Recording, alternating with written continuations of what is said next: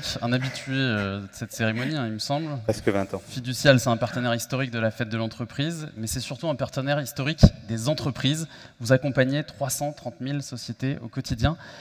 Alors, justement, le quotidien du chef d'entreprise, c'est souvent une succession de problèmes à résoudre, et en ce moment, ils sont nombreux à faire face à des évolutions, notamment numériques. Comment vous les accompagnez, justement, avec passion à Fiducial? Fiducial accompagne tous les jours, conseille 325 000 entreprises sur tout le territoire, y compris Mayotte.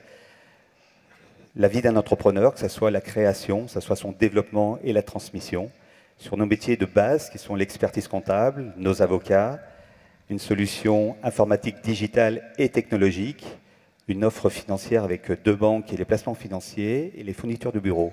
Et puis je vais rebondir sur ce que vient de dire Alexandre, à la LDLC Arena, Fiducial a une activité de sécurité. Et donc on sécurise la LDLC Arena ainsi que le Groupama Stadium. Bon, puis chez Fiducial, vous aimez bien aussi donner la parole aux entreprises. Oui, on aime mettre en valeur et puis défendre les entreprises. Et je vais donner 3 exemples. On fait des baromètres, on fait des observatoires de certains métiers, notamment la restauration et la boulangerie. J'étais au CIRA et il s'arrachait. Donc ça permet de se benchmarker, de regarder les points d'amélioration pour les entrepreneurs de ce secteur d'activité. Sur Fiducial Média, on a une radio, Sud Radio, et on donne la parole tous les jours aux chefs d'entreprise et on le donne aussi au président de la CPME, n'est-ce pas Franck? Et puis j'ai eu le patron de la radio et qui attend Amir dès demain matin. Voilà.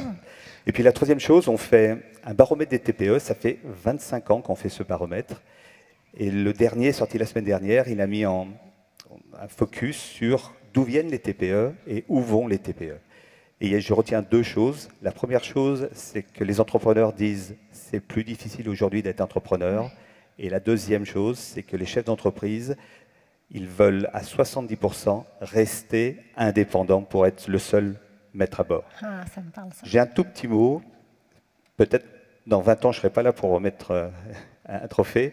Mais Franck, avec tes équipes, je voulais, pour cette 20e édition, te donner une note et je te mets naturellement 20 sur 20. Oh, c'est sympa, merci. On vous laisse, Eric, nous révéler le nom de la success story numéro 4 de cette soirée de la fête de l'entreprise 2025.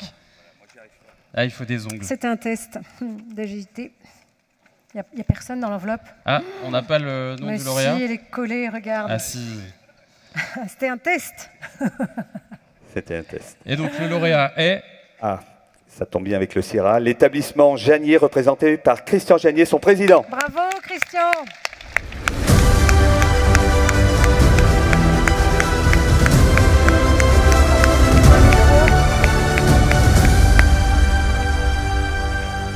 Bravo.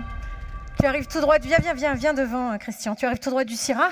Tout à fait. Qu'est-ce qui s'est passé? Raconte-nous un peu. On a déjà eu un petit peu d'informations. Bonsoir à tous, c'est la grand-messe de la gastronomie. Alors on n'a pas encore les chiffres, mais j'ai entendu dire que tous les parkings étaient complets et qu'on avait même été déportés les voitures très très loin.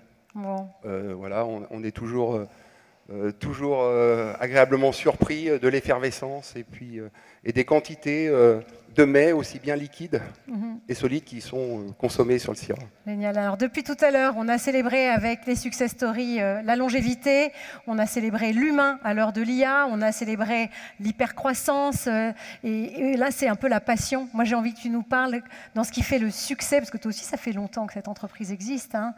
On parle de combien de générations? Ça fait 140 ans cette année. C'est mon arrière-grand-père qui est descendu de son Jura natal avec une carriole tirée par des chevaux pour essayer de vendre du comté à Lyon. Et au 3e voyage, il a mis la famille.